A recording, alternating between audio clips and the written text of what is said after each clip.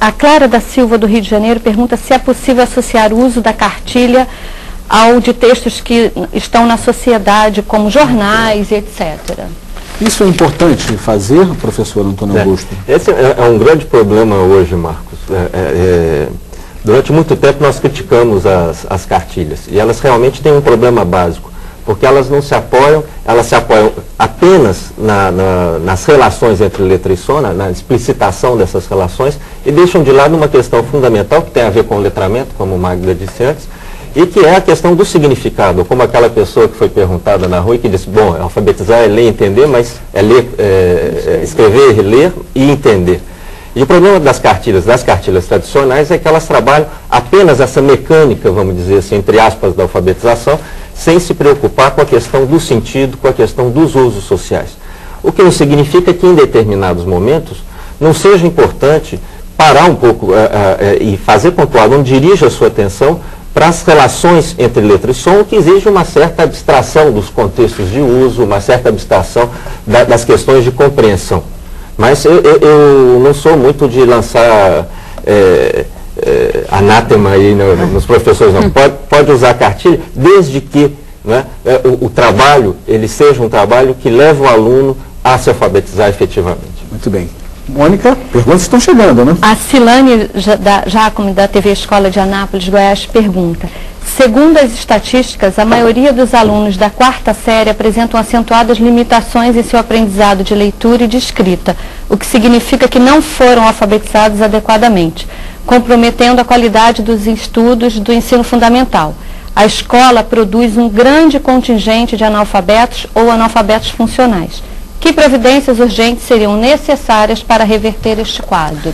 Vera, como é que você analisa esse assunto, né? Ações práticas, providências, enfim, você que já está há bastante tempo lidando com essa matéria.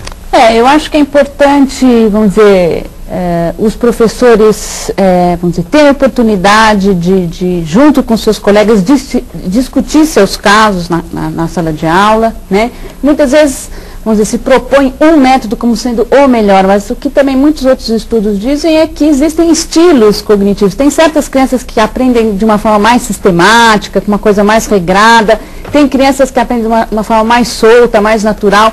Então, o professor precisa ter espaço que o ajude a refletir sobre a sua situação, sobre o seu conjunto de alunos, né? Outro elemento que eu acho muito importante é enriquecer o ambiente da escola, ou seja, que o aluno tenha oportunidade de vivências culturais mais amplas, mais ricas, então que ele tenha acesso, pode ser a cartilha, mas também a outro tipo de livros e mesmo por exemplo, a vídeos, a filmes, porque a gente sabe hoje também que a cultura não está mais transmitida apenas pela leitura e escrita, mas que há uma confluência, né, entre o que a gente aprende através da leitura e da escrita, o que a gente aprende na televisão. Então é muito importante criar esse ambiente culturalmente diversificado e rico, né, associado a um ambiente em que os professores possam refletir e discutir sobre os casos concretos que ele tem dos seus alunos, com as suas dificuldades específicas, com as suas conquistas.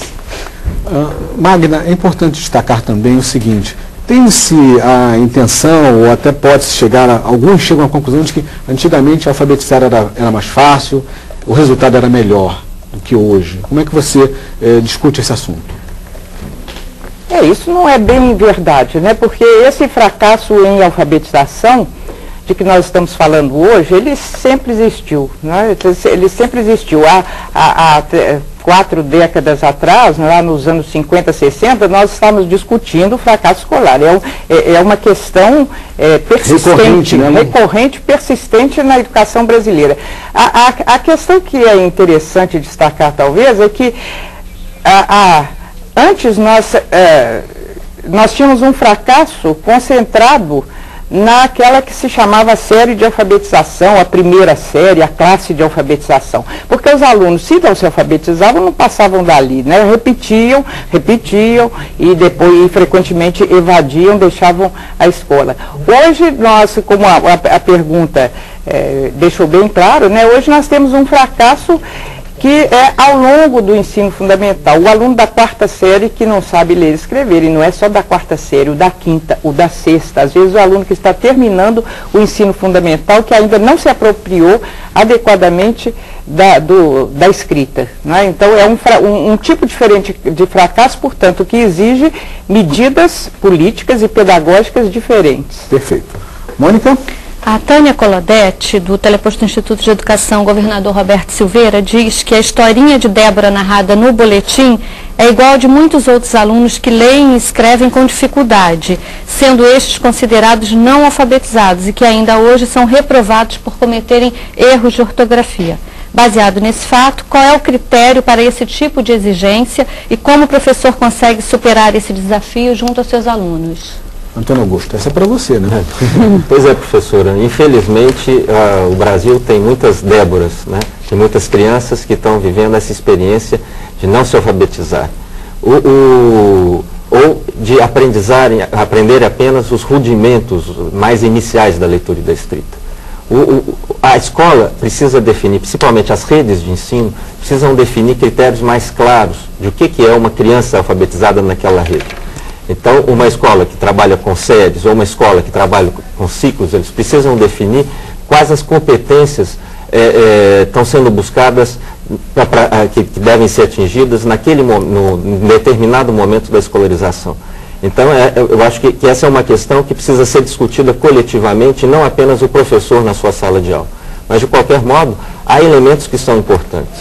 No primeiro, a criança construiu a base alfabética, quer dizer, ela possui, ela sabe que o nosso sistema de escrita representa sons. A partir daí, quais os desenvolvimentos que nós esperamos? Então, acho que a partir desse, a gente precisa planejando a partir daí. Vera, ainda sobre a alfabetização, principalmente quando na sua atuação na área da alfabetização de jovens e adultos, como você vem acompanhando o avanço desse trabalho nessa área importante, porque nós, como falamos da alfabetização, tendemos a pensar apenas nas crianças das idades iniciais, nas séries iniciais. Mas sabemos que o Brasil também tem uma dívida social muito grande com jovens e adultos, né? Como é que esse trabalho vem se desenvolvendo pelo país? Eu acho que no caso de jovens e adultos nós temos um problema adicional, porque quando a gente pensa em criança, normalmente a criança vai se alfabetizar na escola, e na escola está previsto que ela dê sequência aos seus estudos e termine pelo menos o ensino fundamental, né, que é aquilo que a lei lhe garante. Para os adultos ainda se tem a visão de que você vai simplesmente alfabetizar, e você tem aí diversos governos que vêm com propostas, vamos dizer, de campanhas que em 2, 3 meses vão resolver o problema da alfabetização, um pouco naquela lógica de que o analfabetismo é uma doença e que a alfabetização pode funcionar como uma vacina, né? Só que ela não funciona, e geralmente essas campanhas acabam, vamos dizer, tendo efeitos muito pequenos, né? Porque, de fato, os próprios estudos sobre letramento mostram que para a pessoa se tornar um leitor, ou seja, uma pessoa que faz uso, uma pessoa letrada, uma pessoa que faz uso das habilidades de leitura e escrita em sua vida, ela precisa de um processo mais alongado de aprendizagem dessas habilidades, precisa de um tempo maior de familiarização com as práticas que envolvem leitura e escrita em diversos tipos de situação. Correto. Bem, no próximo bloco vamos debater um pouco mais o conceito de letramento. Qual a diferença entre alfabetizar e letrar? Voltamos em instantes.